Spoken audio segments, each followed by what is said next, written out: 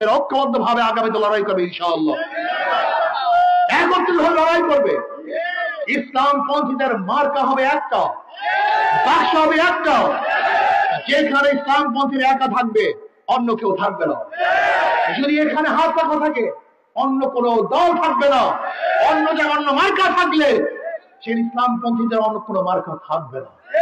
আমরা একসাথ হয়ে ইনশাআল্লাহ ইসলামের পক্ষের শক্তি ইসলামের বিপক্ষে শক্তির সাথে লড়বো, ভারতের পক্ষের শক্তি ভারতের বিপক্ষে শক্তির সাথে লড়বো, চাঁদাবাজের পক্ষের শক্তি চাঁদার যুদ্ধের শক্তির সাথে ইনশাআল্লাহ লড়াই হবে ইনশাআল্লাহ।